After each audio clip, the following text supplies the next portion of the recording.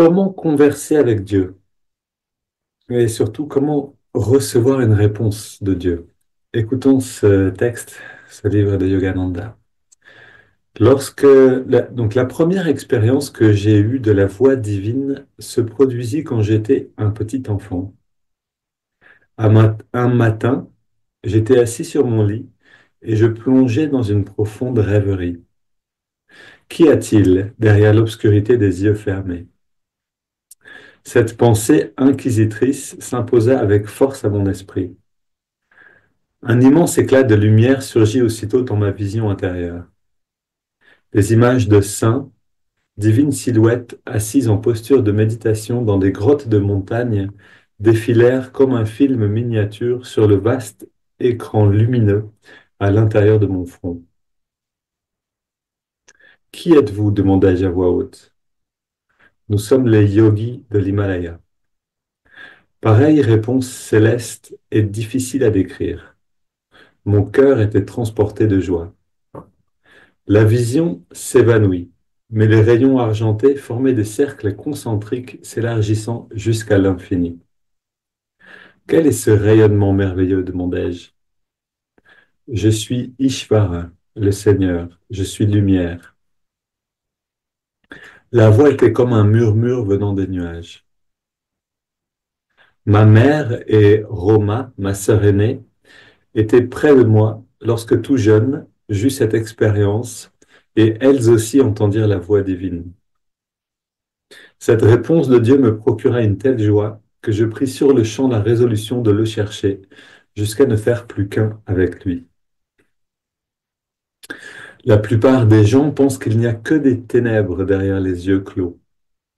Mais au fur et à mesure que vous vous développerez spirituellement, en vous concentrant sur l'œil unique au milieu de votre front, vous constaterez que votre vision intérieure s'ouvre.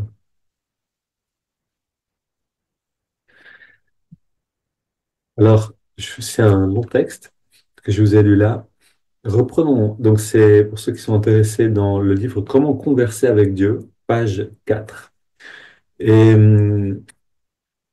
revenons un peu en arrière pour voir, en fait, dans ce livre, Yogananda veut nous donner les clés pour pouvoir nous aussi rentrer dans une relation vivante, dans un dialogue avec Dieu, pour que Dieu ne reste pas une idée, simplement une sorte d'abstraction, un concept, mais que ça devienne vraiment un interlocuteur, qu'on puisse s'adresser à lui, qu'on puisse lui parler et recevoir une réponse. Et il insiste là-dessus dans le livre, est-il réellement possible de converser avec Dieu et de recevoir des réponses précises à nos prières? Parce que c'est ça qui nous intéresse, en effet. Si on peut converser avec Dieu, mais qu'on va recevoir une réponse, on va entendre quelque chose qui ne correspond pas à une demande, à quoi ça servirait? On a besoin de pouvoir poser une question sincère et d'obtenir une réponse qui soit précisément accordée à cette question. Et, et oui, c'est possible. Et donc, Yogananda nous parle de cette première fois où, quand il était enfant, il a eu cette question qui est venue en lui. Qu'y a-t-il derrière l'obscurité des yeux fermés? Qu'est-ce qu'il y a derrière le noir quand on ferme les yeux? Et il précise que cette pensée s'est imposée avec force à son esprit. Alors, Yogananda, bien sûr, euh, est une grande âme, était accompagné, on l'apprend ensuite dans son développement par son maître déjà enfant, aussi par Babaji qui a guidé ses pas et qui a guidé ses pas vers l'ouest pour nous donner ses enseignements. Et donc on peut comprendre ici, quand il dit cette pensée s'impose avec force à mon esprit, qu'il y a un appel. C'est-à-dire que c'est pas seulement lui qui imagine quelque chose, mais cette pensée s'impose avec une force à son esprit. Et c'est par cette pensée par cette question, qu'y a-t-il derrière l'obscurité des yeux fermés, que cette lumière surgit dans sa vision intérieure. Maintenant, si ça s'est passé pour lui aussi, de cette manière, il nous dit plus tard que la plupart des gens pensent qu'il n'y a que les ténèbres derrière les yeux fermés. Mais au fur et à mesure que vous vous développerez spirituellement, en vous concentrant sur l'œil spirituel, en vous concentrant sur l'œil unique au milieu de votre front, et donc là, Yogananda cite une parole de Jésus, en vous concentrant sur l'œil unique, le mot unique, qui vient dans les évangiles, au milieu de votre front, vous constaterez que votre vision intérieure s'ouvre. Ce que Jésus dit, que si ton œil est unique, et non pas si ton œil est bon ou sain ou quelque chose d'autre, si on regarde vraiment dans la traduction du grec, on va trouver le mot unique, en effet. Et donc si ton œil est unique, tout ton corps sera dans la lumière. C'est cette expérience que dont Yogananda nous parle ici, c'est-à-dire si on amène l'attention avec suffisamment de force dans la spirituelle, on va sentir, et donc ça va être une grande partie des techniques en fait que nous donne Yogananda pour méditer, pour aller dans cet état de communion intérieure, va consister à réveiller cette attention-là ce centre-là, l'œil unique, c'est-à-dire l'œil spirituel, en concentrant l'attention à cet endroit-là ou en faisant circuler l'énergie vers cet endroit-là de différentes manières. Pour tous ceux qui sont intéressés par ces enseignements, sachez bien sûr qu'on donne un cours en ligne, Chemin vers le Kriya, qui donne tous ces enseignements en plusieurs modules pour justement aller dans cette expérience. Maintenant, ceux qui pratiquent déjà la méditation depuis un certain temps, qui suivent déjà le cours, vous avez sans doute déjà senti une différence. C'est-à-dire quand on inspire, qu'on amène l'énergie dans l'œil spirituel, on reste quelques instants ici, et on expire, on va commencer à sentir petit à petit une densification, une sorte de intensification de l'énergie à cet endroit-là. Et ça, c'est des bons signes. On a besoin de continuer jour après jour, mois après mois. On a besoin de continuer, année après année, encore et encore. Et on ne se rend pas compte de la chose, mais petit à petit, la perception s'ouvre. On commence à savoir ce que des personnes autour de nous sentent, par exemple, ou savoir euh, quelles choses on doit faire dans un moment sans que personne ne nous dise, en fait, ne nous donne des informations. On sait répondre à une situation. Et ça, c'est les vrais signes de l'ouverture de l'œil spirituel. Le, comme le dit Yogananda, Dieu, ce n'est pas un cirque. La réalisation du soi, ce n'est pas un cirque. C'est-à-dire, on n'est pas là pour des expériences euh, des feux d'artifice. Ça peut arriver. Et comme on le voit ici, cette expérience est essentielle pour Yogananda. Et ça nous révèle aussi quelque chose. C'est-à-dire, si on reprend ces mots, euh, donc, pareille réponse céleste est difficile à décrire. Mon cœur était transporté de joie. Il le dit encore un peu plus tard, cette réponse de Dieu me procura une telle joie que je décidai à l'instant même de le chercher jusqu'à ne faire plus qu'un avec lui. Donc quand on a une expérience de ce type-là, elle est bouleversante, elle est transformatrice. On n'est plus la même personne avant et après. Donc si vous voulez savoir, quand quelqu'un vous parle d'une expérience et vous dit oui, ben, j'ai vu Babaji ou j'ai vu Jésus, si la personne vous le dit d'une manière euh, trop mondaine, c'est-à-dire si elle vous en parle comme si c'était oui, j'ai vu un ami passer hier, ah oui, il y a une grève de métro à nouveau. C'est qu'il y a un problème ici. C'est-à-dire que soit c'est une vision tellement superficielle que ça n'a rien fait, ou probablement c'est simplement le fruit de l'imagination. Quelqu'un qui a une vraie vision, cette vision va le bouleverser, va le transformer. Et a priori, on va le garder plutôt à l'intérieur. En fait, c'est vraiment recommandé de le faire. Garder ces expériences-là à l'intérieur pour qu'elles puissent maturer, nous transformer. Si on les recrache tout de suite, et c'est ce qui se passe pour la petite Thérèse à un moment, qui a une vision qui la sauve, littéralement. Euh, alors, recracher ici, c'est pas le mot pour elle, hein, mais elle vit une vision de Jésus sur un icône, si je me rappelle bien, qui la sauve d'une maladie, c'est-à-dire elle allait mourir en fait, enfant, cette petite Thérèse, et puis elle a cette vision et ça la guérit. Ensuite, on vient lui poser des questions sur cette vision et elle a le malheur d'en parler. Et ensuite, elle le regrette amèrement parce que ça devient quelque chose pour le mental, pour des personnes qui sont dans dans un monastère, dans un couvent.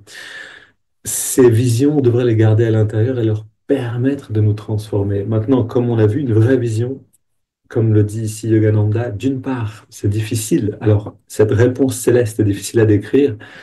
Donc, quand on veut parler avec Dieu, et si c'est ce qui nous intéresse euh, dans ce livre, comme on converse avec Dieu, on a en effet besoin d'écouter.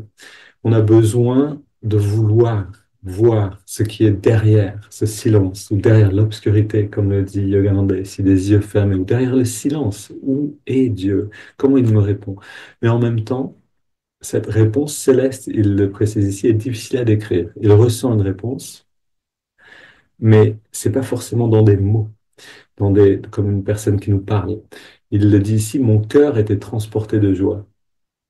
Plus tard, il dit aussi, la voix était comme un murmure venant des nuages. Donc c'est plutôt une expérience. C'est plutôt une expérience qu'on va chercher ici. Et cette expérience va nous demander d'ouvrir notre perception entièrement. Alors, encore une fois, pour ceux qui sont dans le cours, dans le cours en ligne, vous pouvez vous réjouir parce qu'on a vraiment des merveilleuses techniques pour aller exactement dans cette pratique-là de l'écoute profonde, l'écoute subtile et à la fois de la vision subtile, puisqu'on va avoir, chaque personne a euh, une préférence un petit peu pour recevoir cette présence. Est-ce qu'on la reçoit en écoutant? Est-ce qu'on la reçoit en voyant, en ressentant? Chacun va avoir son, sa voie de communication préférée. Euh, et donc, on a en effet besoin, et encore une fois, euh, de développer, de se développer spirituellement en se concentrant sur l'œil unique. On va aller dans les techniques maintenant de méditation et dans ces techniques donc de méditation de la méthode Hong So, on a en effet une préparation dans laquelle on inspire, on amène l'attention ici, on va le faire tout à l'heure ensemble. Essayez de ressentir ce qui se passe à ce moment-là. Si vous avez encore l'impression qu'il ne se passe rien, vous avez besoin d'abandonner cette croyance que rien ne se passe. Parce qu'en fait, non, il ne se passe pas rien. Quand on inspire, on agit sur le système nerveux. Quand on inspire, il y a un mouvement d'énergie naturelle qui monte dans la colonne. On peut le voir encore et encore dans toutes les émotions positives qui vont nous redresser, toutes les émotions négatives qui vont nous faire soupirer et nous affaisser. On connaît ça. Euh, Essayons donc de ressentir. C'est pas que rien ne se passe. C'est quelquefois une croyance en nous nous empêche de percevoir les choses. Comme je suis trop indigne, vous savez. Je suis pécheur. Vous savez, c'est Yogananda qui dit, c'est le plus grand péché, c'est de se dire pécheur, parce que ça crée un mur entre soi-même et Dieu. Je ne mérite pas d'en faire l'expérience. Donc, on va essayer aujourd'hui de rentrer dans la pratique en étant digne d'en faire l'expérience, en se donnant la possibilité d'en faire l'expérience. Prenons une grande inspire, on laisse le dos se redresser, on expire naturellement et on ressent un instant.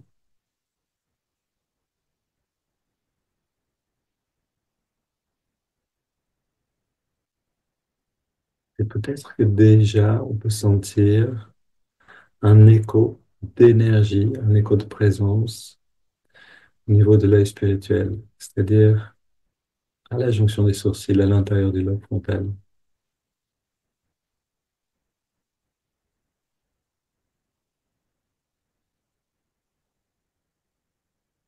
Là est le passage. On a besoin d'apprendre à ouvrir ce passage.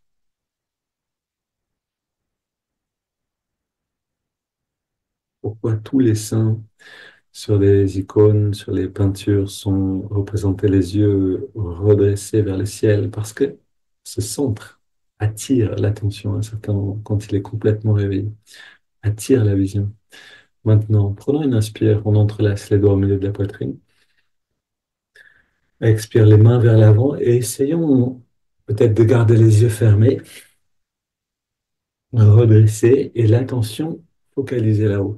On inspire, on étire vers le ciel. Expire, on se penche vers la gauche en étirant le côté droit. Inspire, retour au centre. Expire, on se penche vers la droite pour étirer le côté gauche. Et inspire, retour au centre. Expire, on se tourne vers la gauche, on pose les mains et on soutient la rotation.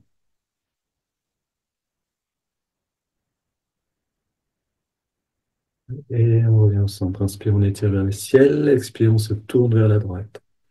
Est-ce qu'on peut garder l'attention dans l'œil spirituel et percevoir tout ce qui est en train de se passer depuis là-haut?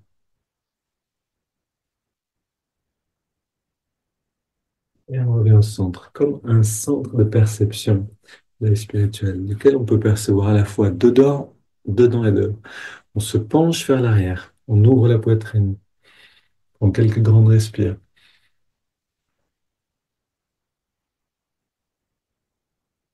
On écarte les côtes en inspirant profondément. Et on revient au centre.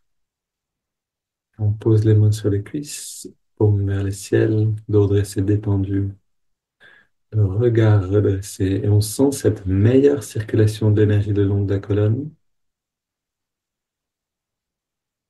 On attire l'énergie vers le spirituel simplement en concentrant l'attention là-haut.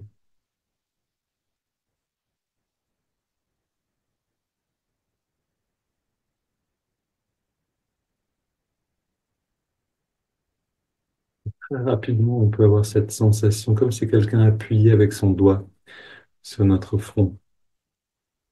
En général, c'est la première sensation qu'on a, puis ensuite on a des sortes de pulsations, de vibrations à l'intérieur.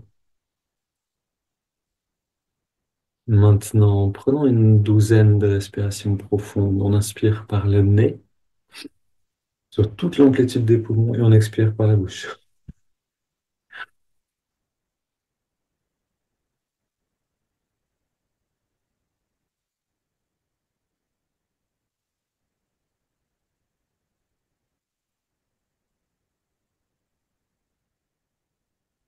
5 dernières.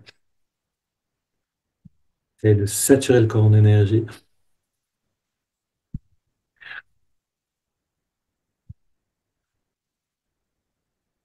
Dernière. On expire bien profondément, puis on inspire très lentement, le plus lentement possible, très détendu. Et là, on observe pendant toute l'inspire l'énergie remonter le long de la colonne.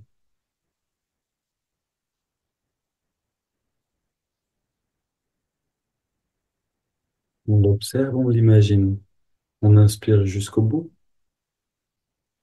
On garde l'air dedans. On peut sentir l'énergie qui va jusque dans le spirituel. On détend tous les muscles complètement et on laisse l'air sortir sans faire d'effort. Et on perçoit tout ce qui est là, sous la surface du corps physique, ce qui émerge maintenant dans la pause de la respiration.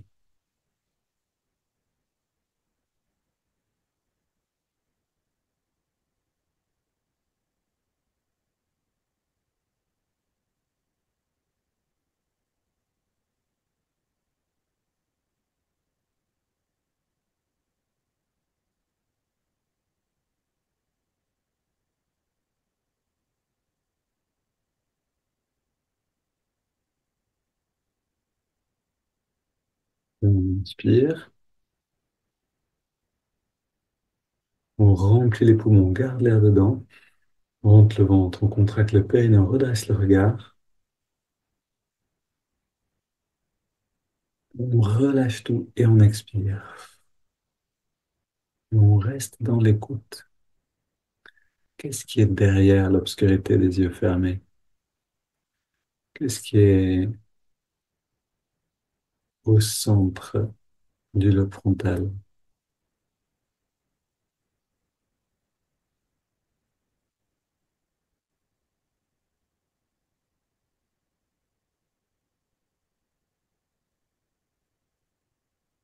On n'est pas pressé d'obtenir une réponse. On est simplement complètement décidé, déterminé à poser la question jusqu'à obtenir cette réponse. La patience est le chemin le plus rapide.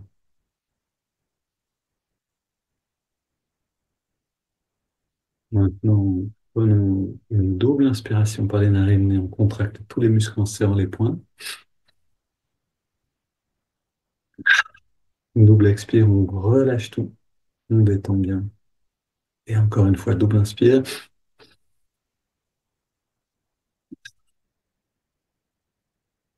expire, détente. Une troisième,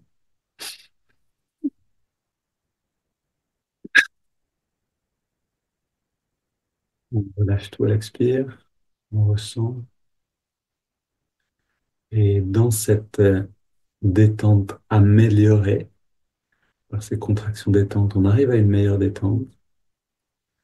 Et dans cette immobilité qui nous permet de ressentir le corps d'énergie, toutes les réalités plus subtiles, dans toute cette qualité, on inspire lentement par les narines. Sur 5, en ressentant l'énergie remonter le long de la colonne. C'est parti.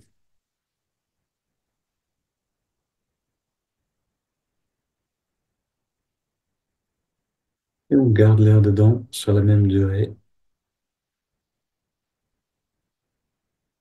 On concentre l'attention à la jonction des sourcils. Puis on expire et on ressent comme un rayonnement de bien-être qui part du lobe frontal et qui illumine, qui éclaire dans toutes les directions. À nouveau, inspire.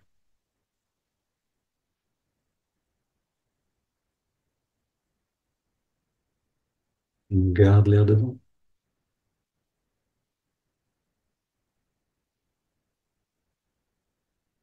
Expire.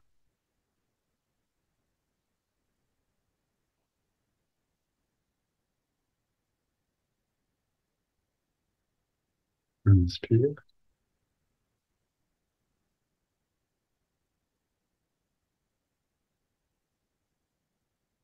On retient le souffle et on sent cette transformation de la perception de l'œil spirituel. Même si c'est un tout petit peu. On expire,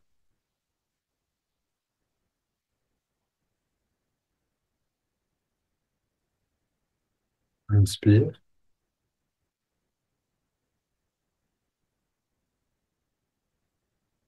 on garde,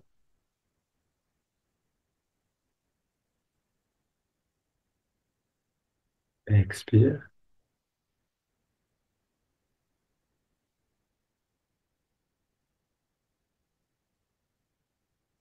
Et on prend une grande inspiration et on laisse l'air aller venir. On laisse le corps respirer naturellement.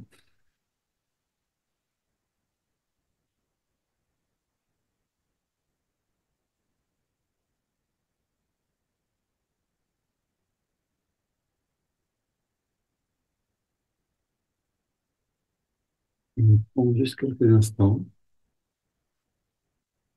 pour observer. Qu'est-ce qu'on sent maintenant dans cette détente? Qu'est-ce qu'on sent dans cette qualité d'intériorité?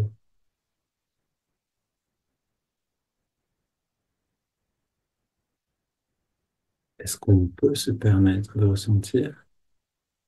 Ou est-ce qu'on a une sorte de mur en nous qui dit non, je sens rien? Est-ce qu'on a l'autorisation de sentir? Est-ce qu'on peut se la donner?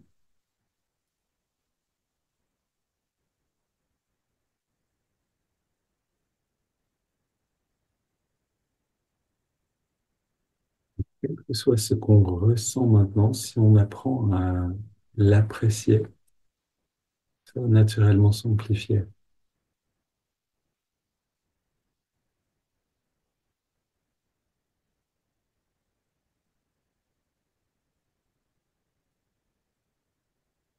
On fait de même avec le souffle maintenant, c'est-à-dire qu'on observe la respiration dans les narines, à l'endroit où on sent l'air le mieux dans les narines, on ressent la fraîcheur de l'inspire et la tiédeur de l'expire.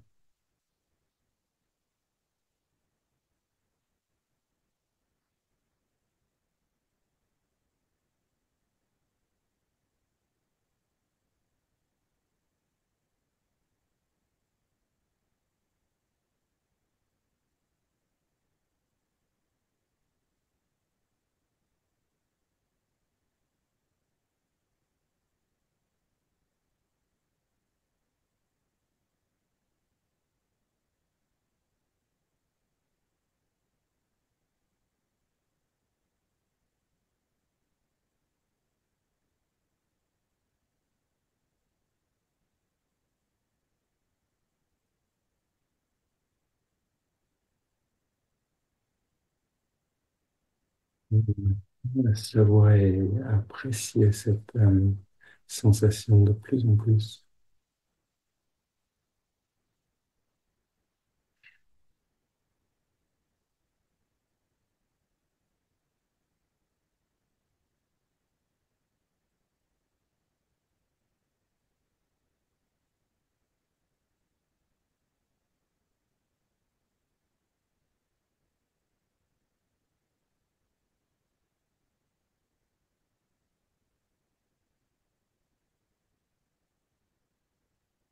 Dans l'endroit où on observe le souffle dans les narines est proche de l'œil spirituel, est proche de la jonction des sourcils. Et cette observation du souffle va naturellement réveiller ce centre de perception.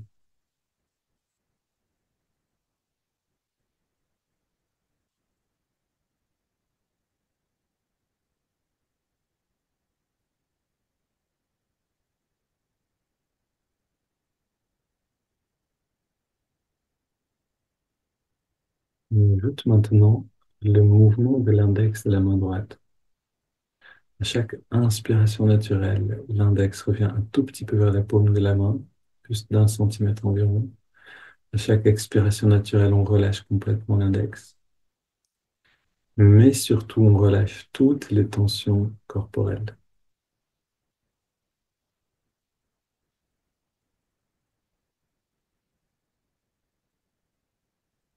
On détend tout le corps de plus en plus.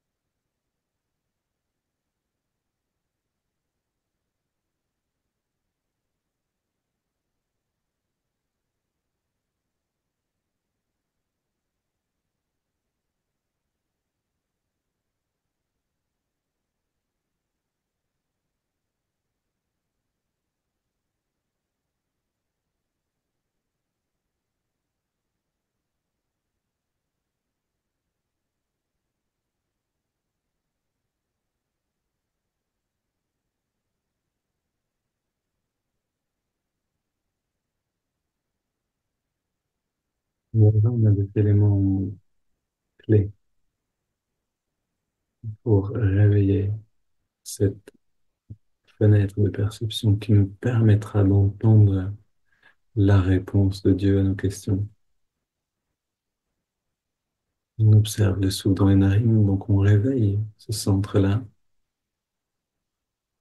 Et en même temps, on détend tout le corps un peu plus à chaque expire. Et donc on libère l'énergie de toute tension corporelle et mentale,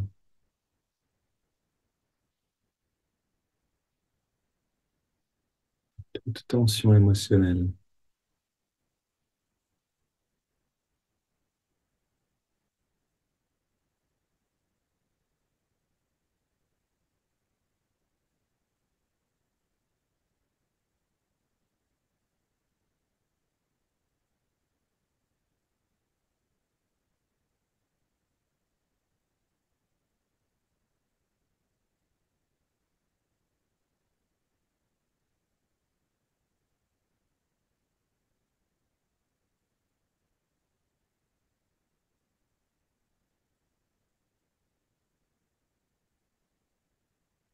On ajoute maintenant le mantra Hong So. Hong accompagne l'inspire et signifie je suis. So accompagne l'expiration naturelle et signifie cela ou ce qui est.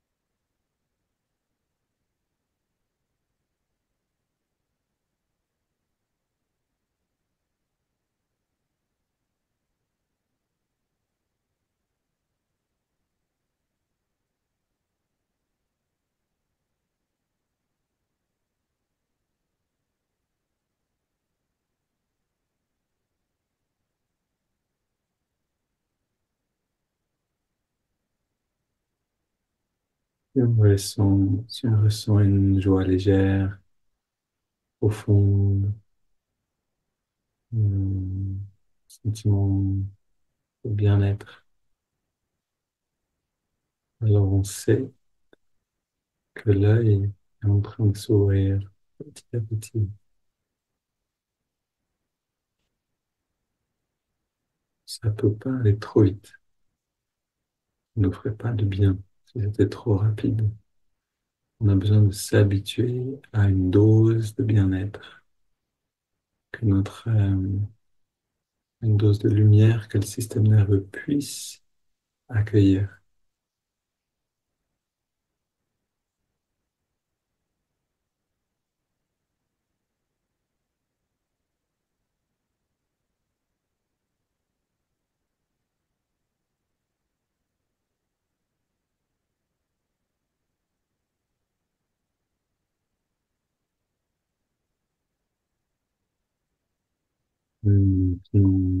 Prenons une inspiration profonde. On expire en 3 fois.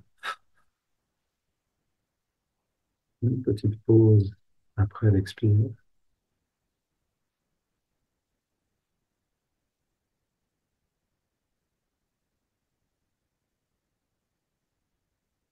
On laisse le corps respirer naturellement.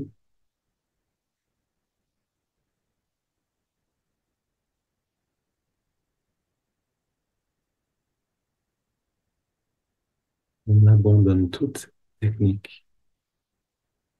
Observation du souffle, mouvement du doigt et mantra. On laisse ça derrière nous.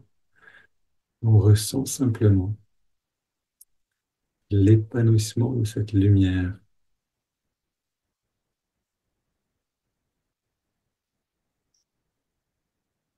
Pas, pas nécessaire de voir une lumière. Si je sens un bien-être qui se répand en moi, je le vois déjà. Je la ressens de cette manière.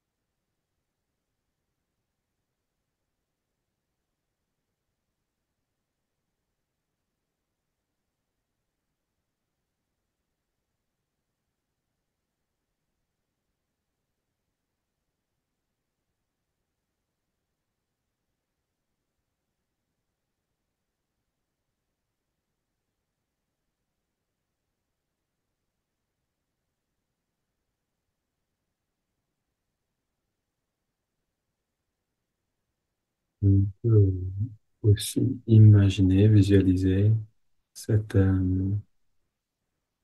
cette lumière qui vient de l'œil unique, qui se répand en nous, gagne en intensité, en amplitude.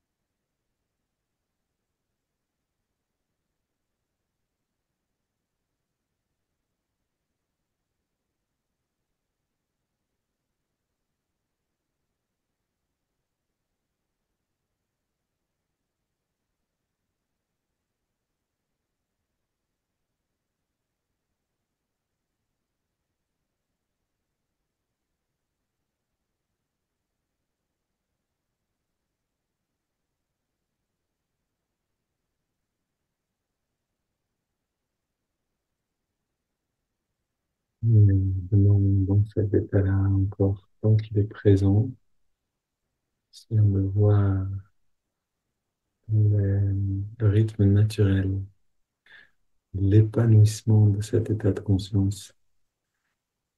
Une belle journée à tous et à demain.